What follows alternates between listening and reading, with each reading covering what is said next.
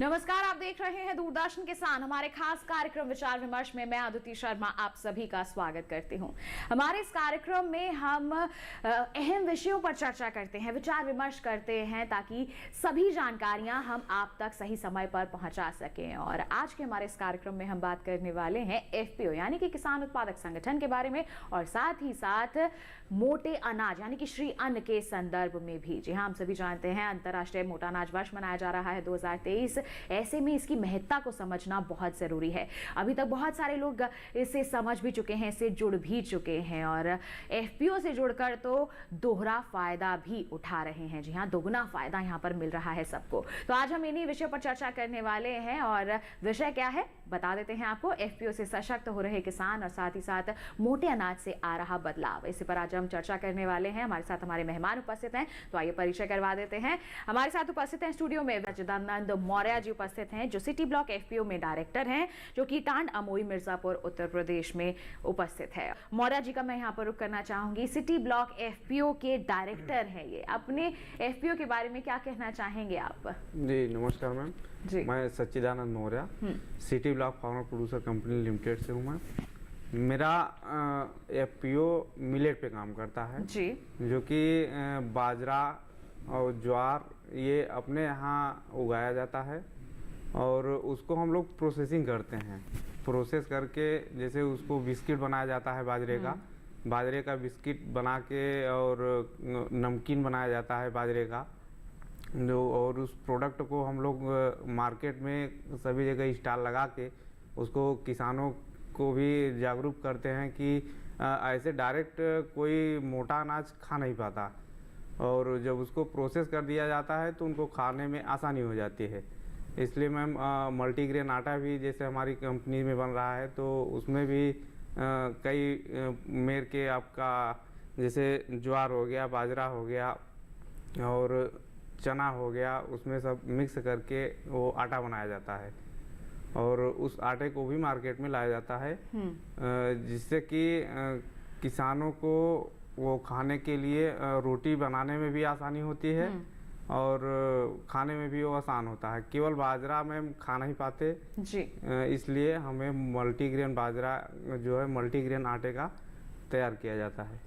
तो देखिए, यहाँ पर प्रयास तो हो रहे हैं। ऐसे में मैं सच्चिदानंद जी आपसे जानना चाहूंगी आपके एफपीओ के बारे में। सिटी ब्लॉक एफपीओ में अभी तक कितने सदस्य जुड़ चुके हैं? शुरुआत कब की थी आपने इसकी? यस मैम, ये 22 जुलाई 2022 को हमारे एफपीओ का निर्माण किया गया था जी। इसमें मैम कुल 500 किसान हैं, जिसमें 140 केवल महिलाएं हैं जी। 140 तो हम संख्या कह सकते हैं कि महिलाओं की ही है। तो कृषि के क्षेत्र में हमेशा से महिलाएं आगे रही हैं, और एफपीओ से जुड़कर जो संख्या सामने आ रही है, आंकड़े नजर आ रहे हैं, उससे पता भी चल रहा है कि हमारी महिलाएं आगे बढ़ चढ़कर इस क्षेत्र में सफलता हासिल कर रही हैं। किस तरह से एफपीओ से जुड़ने के बाद इनके क्षेत्र में बदलाव आया है, यहाँ के किसान सशक्त हुए हैं, वो लगातार हमें बताने की कोशिश कर रहे हैं, और हम भी प्रयास कर रहे हैं कि आप जान सकें और आप भी इस मुहिम से जुड़कर अपने आप को सशक्त बना सके। लगातार हम चर्चा कर रहे हैं, अपनी इस चर्चा को आगे बढ़ाते हैं। अब मैं फिर से एक बार सिटी ब्लॉक के डायरेक्टर का रुख करना चाहूंगी, यानी कि सच्चिदानंद जी का रुख करना चाहूंगी। आपसे जानना चाहूंगी, जैसे आपने बताया कि विभिन्न तरह के उत्पाद तैयार किए जा रहे हैं, क्या किसी तरह की परेशानियां होती हैं जब हम मोटे अनाज की खेती करते हैं, और एफपीओ से जुड़ने के बाद क्या आपको उसका समाधान मिला है? हम लोगों को मैम गवर्नमेंट से बहुत सहयोग मिला है जी मैम। जैसे मिनिस्ट्री के तरफ से हम लोगों को आसियान ले गए थे, वहाँ पे स्टॉल लगाया गया था, 5 दिवसीय स्टॉल था। वहाँ पे सब प्रोडक्ट अपना गया था, ये बाजरे का बिस्किट, नमकीन। वहाँ के लोगों ने खाया, काफ़ी चर्चा उसका किया कि ये बहुत अच्छा चीज़ है। और मैम कल आ भी रहे हैं यहाँ पे, कुछ लोग से साइन वो था, उनको प्रोडक्ट देने के लिए बात भी हुई थी, तो मैम कल उसके बारे में भी यहाँ चर्चा होगी।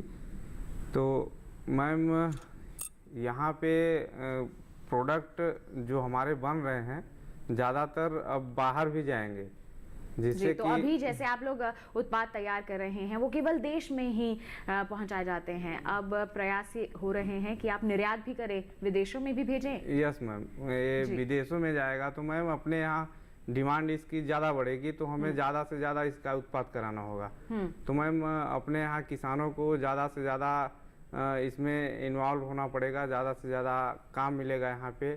तो देखिए यहाँ पर हम कह सकते हैं कि जो पहले समस्याएं आती थी कि अच्छे दाम नहीं मिल पाते थे, बिचौलिए बीच में आ जाते थे, जो मुनाफाखोरी कर लेते थे, उन समस्याओं से यहाँ पर समाधान मिला है हमारे किसानों को। अब देश ही नहीं बल्कि विदेशों तक इनके उत्पाद पहुँच रहे हैं, और जब विदेशों तक पहुँच यहाँ पर बढ़ जाएगी तो निश्चित तौर पर कहा जा सकता है अलग पहचान मिलेगी, अलग मान सम्मान मिलेगा और आमदनी तो यहाँ पर बढ़िया होगी ही। और आप नियमों के अनुसार कुछ दस्तावेज लेकर आइए, जितनी राशि सदस्यता के लिए अनिवार्य है वो आपको देनी है, फिर आप इसका सदस्य बन सकते हैं। जी हाँ, एफपीओ का सदस्य आप बन जाइए, जितना मुनाफा होगा, जितना आप के लिए निर्धारित होगा वो आपको यहाँ पर मिलेगा ही, जब फायदा पूरे एफपीओ को मिलेगा। सच्चिदानंद जी, मैं आपसे जानना चाहूंगी, हमारी सरकार की कई तरह की योजनाएं हैं, चाहे हम सिंचाई योजना की बात कर लें, चाहे हम फसल बीमा योजना की बात कर लें, मशीनरी को लेकर के भी बहुत सारी योजनाएं हैं। ऐसे में अगर हमारे किसान एफपीओ से जुड़ते हैं तो इन योजनाओं का लाभ सीधे तौर पर उन्हें मिल जाता है? यस मैम, किसानों को पहले जानकारी देते हैं कि जैसे उनको सिंचाई करने के लिए सोलर पंप जो कि 50% अनुदान पे सरकार से मिलता है, उनको हम वो मुहैया कराते हैं। जिन किसानों को ट्रैक्टर चाहता है या फिर उनको छोटे किसानों को हाथ से चलाने के लिए छोटे छोटे उपकरण जो भी चाहिए होता है, वो सब मैम हम लोग कृषि यंत्र जो है सब उनको दिलवाते हैं कृषि विभाग से। और जिन किसानों को नहीं मालूम है कि कितना छूट है, क्या कैसे है, उनको सबको बताया जाता है। जिनको भी जो चीज़ की आवश्यकता होती है उनको वहाँ से मुहैया कराया जाता है। जो सरकार की पहल होती हैं उनका लाभ भी आप सीधे तौर पर और बहुत ही सरलता से हासिल कर सकते हैं अगर आप एफपीओ से जुड़ जाते हैं। अगर आप खुद से जाते हैं किसी योजना का लाभ लेने के लिए तो कुछ समस्याएं ज़रूर आती हैं, लेकिन उस समस्याओं का सीधा समाधान भी आपको मिल जाता है अगर आप एफपीओ के सदस्य बनकर आगे चलते हैं। ऐसे में मांग जैसे बढ़ रही है तो सच्चिदानंद जी, आपसे मैं जानना चाहूँगी, जैसे जैसे बाजार में मांग लगातार बढ़ती जा रही है, उसको पूरा करने के लिए उत्पादन बढ़ाने की जरूरत है, प्रसंस्कृत उत्पाद ज्यादा बनाने की जरूरत है, तो उस बढ़ती हुई मांग को पूरा करने के लिए आप लोग किस तरह की कोशिश कर रहे हैं? मैम, बढ़ती हुई मांग को पूरा करने के लिए किसानों को हम लोग 50% में उनको बीज उपलब्ध कराते हैं। और इसमें क्या है कि मोटे अनाज में खाद का प्रयोग नहीं किया जाता, उनका लागत भी कम आता है, इसलिए ज़्यादा से ज़्यादा किसान अब उगाने भी लगे हैं।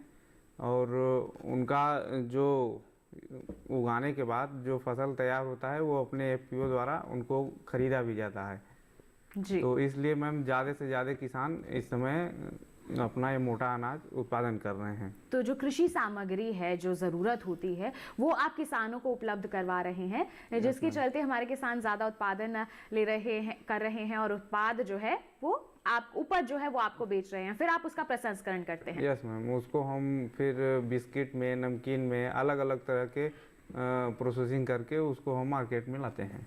बिल्कुल। तो बाजार तक उत्पाद को पहुंचाया कैसे जाता है आपके एफपीओ के तहत? मैम, जगह जगह पे स्टॉल लगाया जाता है और जैसे हमारे मिनिस्ट्री की तरफ से हमेशा हम लोगों को फैसिलिटी दिया जाता है कि वहाँ पे फ्री में बुलाया जाता है, कोई शुल्क नहीं लिया जाता। उस जगह पे लगा के वहाँ से बायर लिया जाता है और लोकल मार्केट में भी इसको सप्लाई किया जाता है। उसी तरीके से इसका उत्पाद बढ़ रहा है। बिल्कुल। तो यहाँ पर देखिए, जैसे जैसे मांग बढ़ती जा रही है, हमारे सभी किसान अपना जो कार्य है उसे भी बढ़ा रहे हैं, पैदावार बढ़ा रहे हैं, और पैदावार बढ़ाने के लिए जो सामग्री चाहिए वो एफपीओ उन्हें मुहैया करवा रहा है। और जब जो उपज बढ़ रही है, जिसके चलते यहाँ पर उत्पाद भी ज़्यादा मात्रा में बढ़ाए जा रहे हैं, बनाए जा रहे हैं और उन्हें उपभोक्ताओं तक पहुँचाया जा रहा है। माध्यम भी बहुत आसान से है, हमारी सरकार भी इसमें मदद कर रही है। यहाँ पर जितने भी हम कहें महोत्सव हैं, कार्यक्रम आयोजित किए जाते हैं, उनमें आमंत्रित किया जाता है और उत्पादों की बिकवाली करने के लिए एक खुला मंच प्रदान किया जाता है। तो यहाँ पर हम कह सकते हैं कि सभी मिलकर एक साथ आगे बढ़ रहे हैं और बदलाव लाने के प्रयास लगातार कर रहे हैं। बहुत ही अच्छा संदेश है यहाँ पर। सच्चिदानंद जी, क्या कहना चाहेंगे आप? जी, एक बार फिर से नमस्कार मैम। मैम, किसानों को ये संदेश देना चाहते हैं कि ज़्यादा से ज़्यादा मोटे अनाजों पर फोकस किया जाए और इसको अपने दिनचर्या में उतारा जाए, ताकि सेहत से लेके हमारे आमदनी तक में भी अच्छा इनकम हो। ज़्यादा परिवर्तन अच्छा यहाँ पर हम कह सकते हैं बढ़ाया जा सकता है। जैसे ही हमारे चारों मेहमानों ने बदलाव महसूस किया है एफपीओ से जुड़ने के बाद, मोटे अनाज को अपनाने के बाद, उम्मीद करते हैं कि आप भी इनसे जुड़कर अपने जीवन में अपनी आर्थिक स्थिति में बदलाव जरूर लाएंगे। और इसके लिए हम धन्यवाद दे दें हमारे मेहमानों का। आप यहाँ पर आए, आपने सभी को जागरूक किया, बहुत बहुत धन्यवाद आप सभी का। तो किसान भाइयों बहनों, आज के हमारे इस कार्यक्रम में तो आपने किसान उत्पादक संगठन के बारे में जान लिया, मोटे अनाज के महत्व के बारे में जान लिया। उम्मीद करते हैं आज के कार्यक्रम में दी गई सभी जानकारियां आपके लिए फायदेमंद साबित हुई होंगी। साथ ही आपको बता दें कि अगर आप कोई सवाल हम तक पहुंचाना चाहते हैं, कार्यक्रम के लिए कोई सुझाव है आपके पास, तो आप हमें ईमेल कर सकते हैं। vicharvimarsh08@gmail.com हमारी ईमेल ID है। तो इसी वादे के साथ कि अगले सप्ताह एक नए विषय पर करेंगे विचार विमर्श। तब तक के लिए हमें दीजिए इजाजत, लेकिन आप बने रहिए दूरदर्शन किसान पर। नमस्कार।